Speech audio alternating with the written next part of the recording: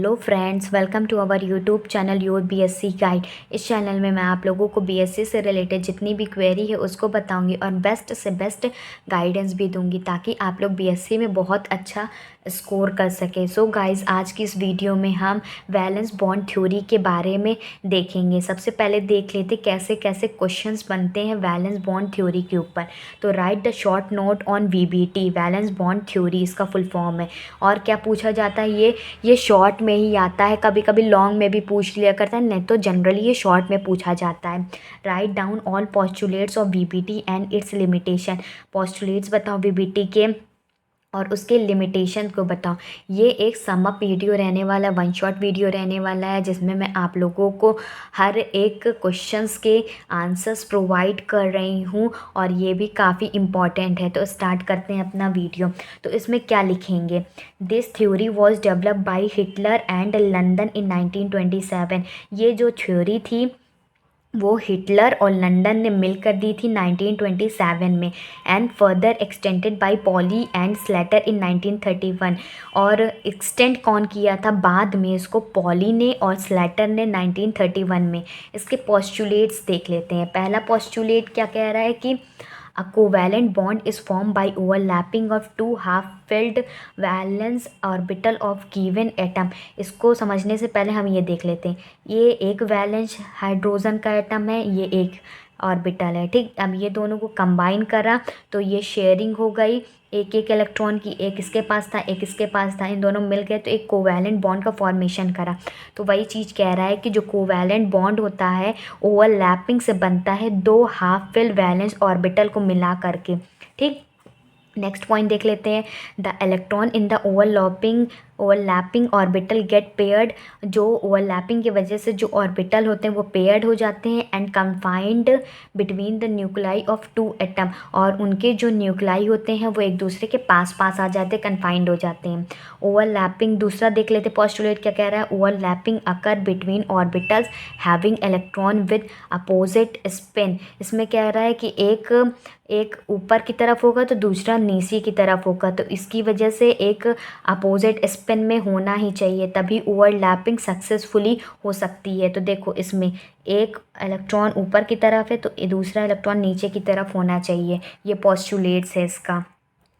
Third postulate देख लेते हैं कि orbital of only outer most shell with unpaired electron participate in bond formation. इसमें कह रहा है कि orbital of only outer most shell के ऑर्बिटल जिनके पास अनपेयर्ड इलेक्ट्रॉन होते हैं वही बॉन्ड फॉर्मेशन में पार्टिसिपेट करते हैं। Orbital with unpaired electron of an atom is attached by the nucleus of the other atom. इसमें कह रहा है कि जो ऑर्बिटल्स होते हैं विथ अनपेयर्ड इलेक्ट्रॉन जिनके पास होते हैं किसी भी एटम के, वो न्यूक्लियस से अटैच्ड हो जाते हैं बाय द अदर एटम के थ्रू। Overlapping stop when force of attraction between nuclei.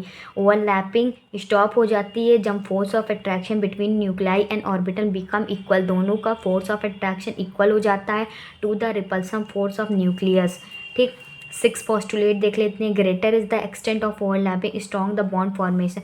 जितना ज़्यादा ओवरलैपिंग होगा उतना स्ट्रॉन्ग बॉन्ड होगा। इसमें देखो बहुत ओवरलैपिंग है, इसमें देखो कम ओवरलैपिंग है, तो बॉन्ड ए जो होगा ज़्यादा स्ट्रॉन्ग होगा as compare to bond B, क्योंकि इसमें ओवरलैपिंग ज़्यादा है, इसमें कम है। As a result of overlapping energy is release. जब ओवरलैपिंग होती है तो एनर्जी रिलीज होती है, and the system acquire the state of lower energy, और लोअर एनर्जी में आ जाता है दैट इज़ हाई स्टेबिलिटी। अब हम लिमिटेशन के बारे में डिस्कस करेंगे। पहला लिमिटेशन है कि VBT doesn't explain the formation of coordinate bond के बारे में नहीं बताता, in which electron come from one atom only and not from the different atom. एक एटम से आता है दूसरे एटम से नहीं आता है।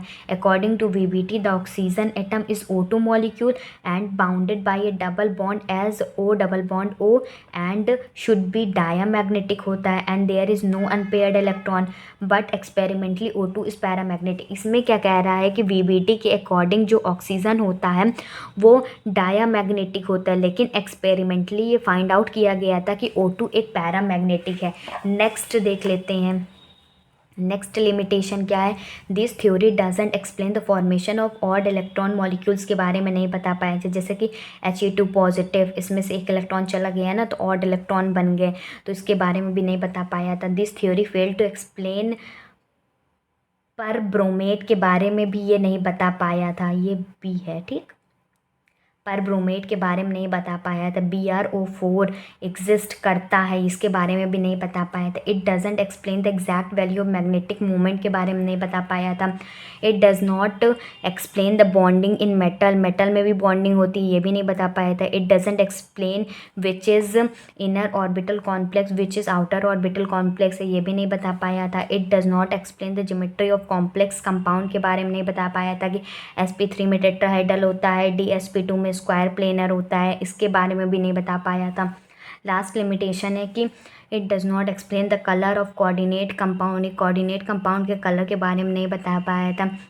अगली की वीडियो में मैं आप लोगों के लिए और सब टॉपिक्स लाऊंगी जो कि एग्ज़ाम के पॉइंट ऑफ व्यू से मोस्ट इम्पॉर्टेंट है।